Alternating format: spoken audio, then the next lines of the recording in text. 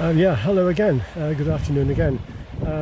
This is probably a very ill-advised move on my part. I know people who do videos do have some quite expensive equipment, and I don't have any of that. I have this Samsung Galaxy tablet, which I use for all sorts of work-related things, and a piece of metal that it's clamped to at the moment. And I thought, well, let's just see what happens if I try moving around with this. So I'm just here on the sort of fringes of our land.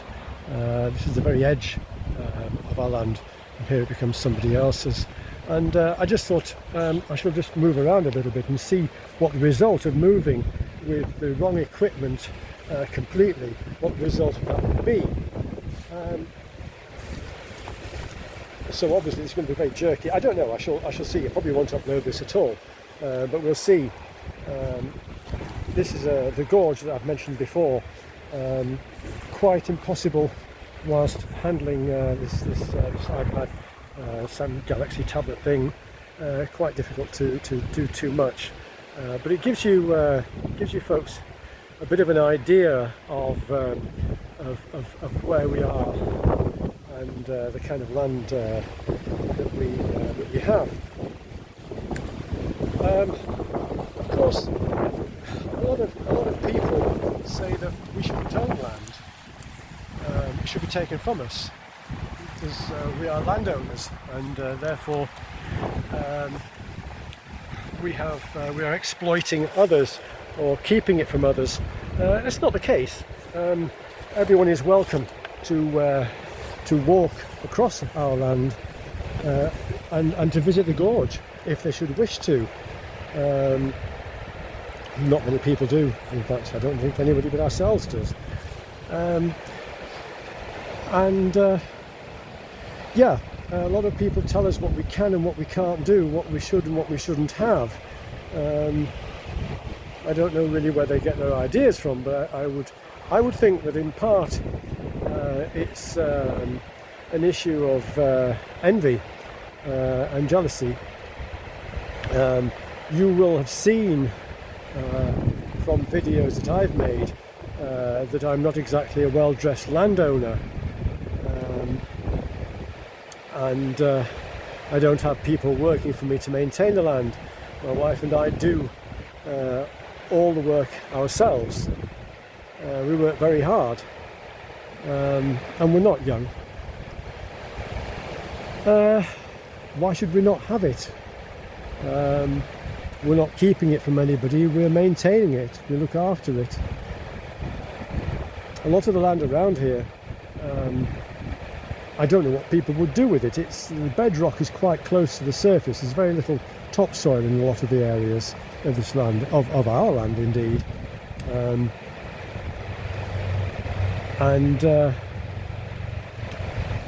Yeah, the landowners who own thousands and thousands of acres of the land around here, there's nothing they can grow on it.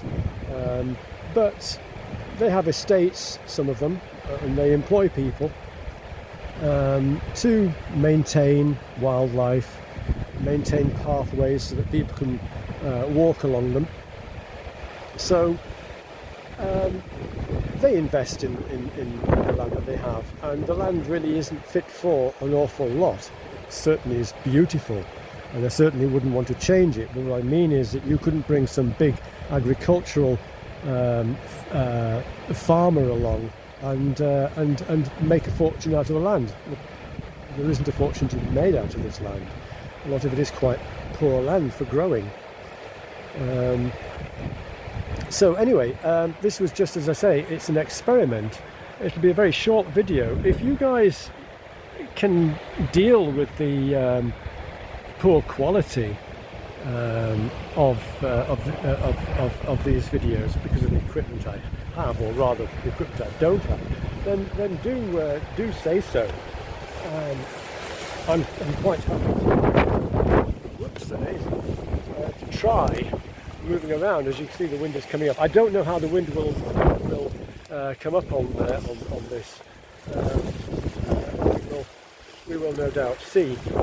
But this is where we live, and it's beautiful, it's wild, it's remote, and in view of what I was saying, I would just point out that a lot of people who do move up here don't stay that long, because it's a place where you do have to work. It's stunningly beautiful. It's quite unforgiving for large parts of the year. The summers are quite short,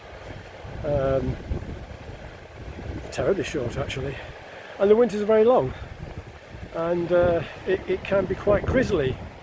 It takes a certain type of person to stay here. So as I say, we find a lot of people, they move here from the south, and they think they're going to live a beautiful, genteel, rural life, and it's not how it is here.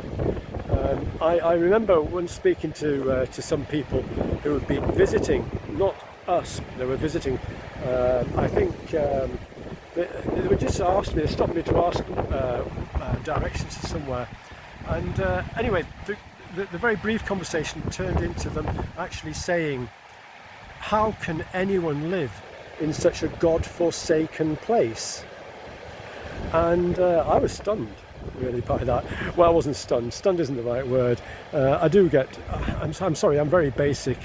I mess around with cars, with tractors. We have, as I say, a few trucks,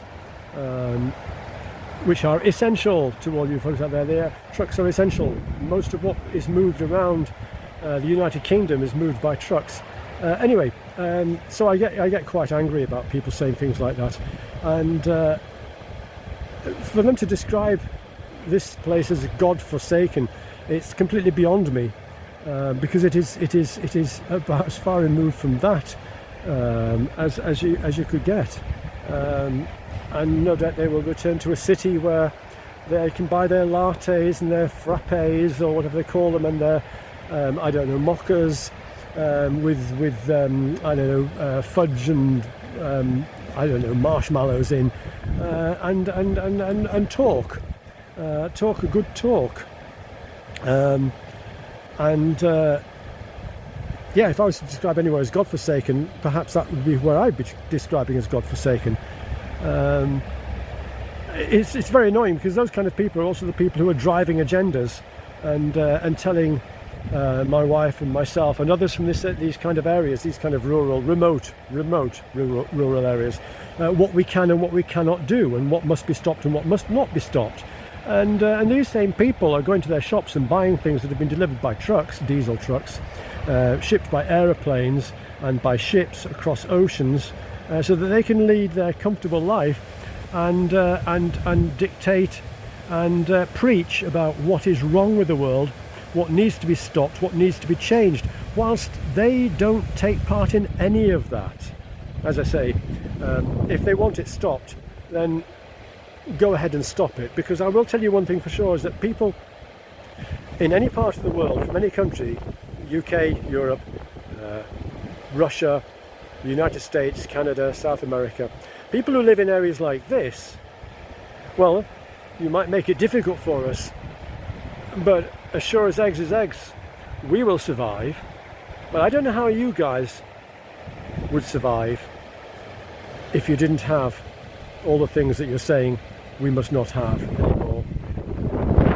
Anyway, thank you very much. A very short video, just out of interest, really done just so that you guys can tell me if you like this kind of video. If so, I'm quite happy, as I say, to make more videos outside. I spend a lot of time outside. And in the meantime, thank you very much for watching this unusually short video, perhaps a relief to you all, and do let me know what you think. Leave a like, leave a comment, and thank you very much indeed for listening. Thank you. And from this absolutely stunningly beautiful place that is not in the least bit God-forsaken, have a good day. Bye bye for now.